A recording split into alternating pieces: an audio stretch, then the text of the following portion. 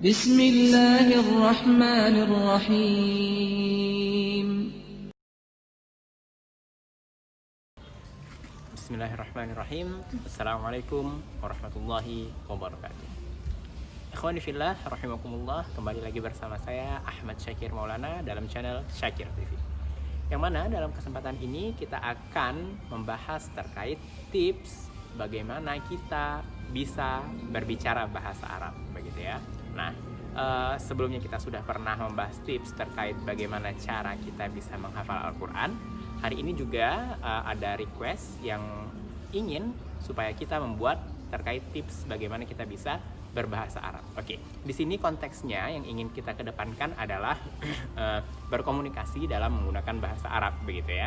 Ya, langsung saja kita langsung masuk ke tips-tipsnya. Nah, dalam video ini kita tidak akan membahas terkait niat-niat, yang mana niat itu sudah sangat biasa, dan tentunya ketika ada yang bertanya terkait bagaimana cara agar bisa berkomunikasi dengan bahasa Arab, tentunya itu sudah memiliki niat. Jadi kita tidak akan memasukkan niat ke dalam tips and trick dalam video ini, karena niat itu sudah sangat biasa. Jadi di sini kita akan membahas terkait tips-tips yang mana itu terkadang juga merupakan bagian di mana orang salah ketika ingin mempelajari bahasa Arab dan mampu berkomunikasi dalam bahasa Arab. Oke. Nah, yang pertama itu adalah menghafal kosakata yang mana itu penting. Maksudnya di sini adalah kosakata-kosakata yang itu menunjang keseharian, yang cocok dengan apa yang ingin kita lakukan. Nah, maksudnya di sini seperti misal seseorang memiliki profesi sebagai guru atau sebagai murid, maka dia terlebih dahulu alangkah baiknya menghafal kosakata-kosakata yang berkaitan dengan sekolah, begitu. Mungkin seperti kelas, faslun. Nah, itu adalah bagian-bagian dari sekolah dan itu cocok dengan profesinya, begitu.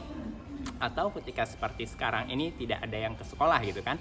Nah, sehingga mungkin bisa mengambil kosakata-kosakata yang memang benar-benar kita lakukan setiap hari. Seperti mungkin makan, kemudian mandi, itu adalah kosakata yang harus kita dahulukan dalam menghafal mufradat atau kosakata. Nah, bukan tidak baik ketika kita ingin mampu mempelajari bahasa Arab, kita langsung menghafal kamus.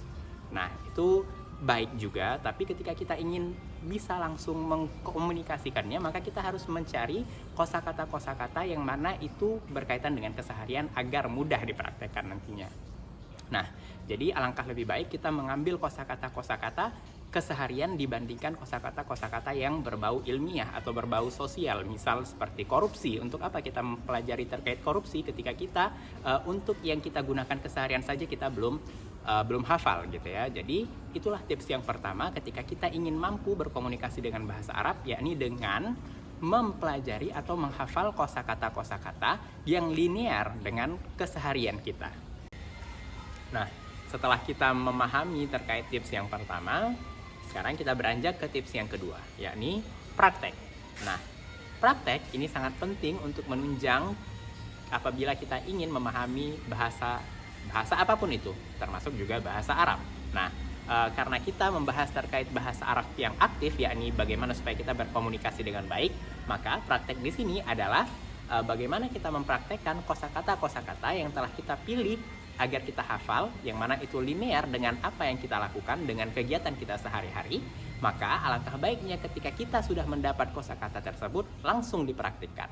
Misal, seperti tadi ada contohnya faslun yang artinya kelas. Kita bisa menggunakan kata faslun tersebut ketika kita ingin menuju ke kelas. Menjadi ana mau ke faslun, saya mau ke kelas, gitu ya. Jadi walaupun kita tidak bisa membahasa Arabkan semua kosakata tersebut, nah kita sudah sangat baik ketika kita mempraktekkan kalimat-kalimat yang kita sudah tahu. Nah, makanya tadi kita memilah terkait kosakata yang lebih kita butuhkan terlebih dahulu dibanding yang lainnya.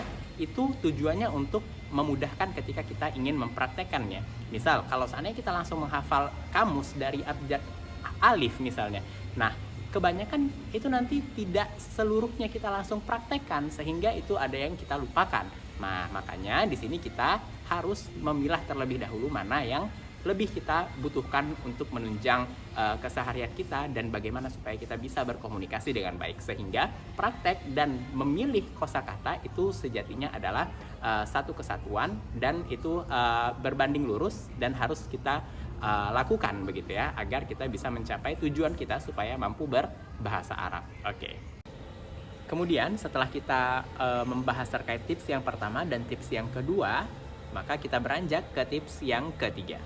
Tips yang ketiga adalah mempelajari ilmu-ilmu bantu dalam bahasa Arab. Maksud ilmu bantu di sini adalah ilmu-ilmu yang dia itu memang linear dan bisa menunjang bahasa Arab. Seperti contohnya kita ambil dua saja, yang mana dua inilah yang sangat penting dalam bagaimana kita bisa berbahasa Arab, yaitu ada ilmu nahwu dan ilmu sharaf. Nah, ilmu nahwu adalah ilmu yang mempelajari terkait bagaimana perubahan harokat dari suatu kalimat begitu ya, gampangannya. Adapun sorof itu adalah bagaimana perubahan kata kerja begitu. Gampangannya seperti itu. Nanti akan kita bahas bagaimana apa itu yang dimaksud dengan ilmu nahwu dan apa itu yang dimaksud dengan ilmu sorof di video yang akan datang. Oke. Jadi di sini kita meng-highlight dua ilmu tersebut, ilmu nahwu dan ilmu sorof, yang mana ini sangat penting untuk menunjang bagaimana kita berkomunikasi. Karena ketika kita ingin berkomunikasi dan bagaimana kita ingin bertanya kepada lawan bicara kita, ketika dia itu mu'annas atau mudzakkar, itu akan ada perubahan, yang mana itu nanti akan dibahas di sorof tentunya, ketika kata kerja tersebut berkaitan dengan dhamir-dhamir yang mana itu mudzakkar atau mu'annas, itu kita membutuhkan ilmu bantu yang dinamai ilmu sorof begitu. Jadi ilmu nahwu dan ilmu sorof adalah yang sangat penting ketika kita ingin mampu berbahasa Arab, sehingga mempelajari ilmu bantu tidak boleh kita anggap sepele ketika kita ingin menguasai bahasa Arab. Oke. Kemudian tips yang terakhir atau tips yang keempat adalah membuat suasana bahasa Arab. Oke. Suasana bahasa Arab di sini bisa kita bagi menjadi dua, yakni suasana yang mana lingkungan itu juga mendukung bagaimana perkembangan bahasa Arab kita. Misal di suatu lingkungan sekolah yang mana itu bisa menunjang bagaimana kita berbahasa Arab begitu ya. Tentu kan kalau seandainya di pesantren itu sudah kemungkinan untuk mampu berbahasa Arab itu sudah tinggi ya persentasenya, dibandingkan yang dia itu dari basic tidak ada pesantrennya begitu. Nah, misal di rumah kita bisa mengajak saudara kita untuk mempelajari bahasa Arab juga, yang mana ini nanti bisa menunjang bahasa Arab kita. Atau kalau seandainya kita tidak memiliki lawan bicara, kita bisa menumbuhkan suasana untuk diri kita sendiri. Misal dengan mengartikan lagu atau melihat puisi-puisi bahasa Arab, atau membaca terkait kisah-kisah yang berbahasa Arab, sehingga itu juga bisa menumbuhkan bagaimana kecintaan kita terhadap bahasa Arab dan juga bisa menumbuhkan kemahiran kita dalam menerjemahkan bahasa Arab ke bahasa Indonesia, dan juga menambah perpustakaan atau menambah kosakata kita terkait bahasa Arab, sehingga ketika kita tidak bisa menemukan suasana atau lingkungan yang memang benar-benar mendukung, maka kita harus membuat bagaimana lingkungan itu ada dalam diri kita. Atau kalaupun setidak-tidaknya kita bisa berbahasa Arab atau ngomong sendiri dengan menggunakan bahasa Arab begitu. Baiklah, itu tadi adalah 4 tips bagaimana kita bisa berbahasa Arab, yang mana itu menurut saya sangat menunjang bagaimana kita bisa berbahasa Arab dengan baik ya.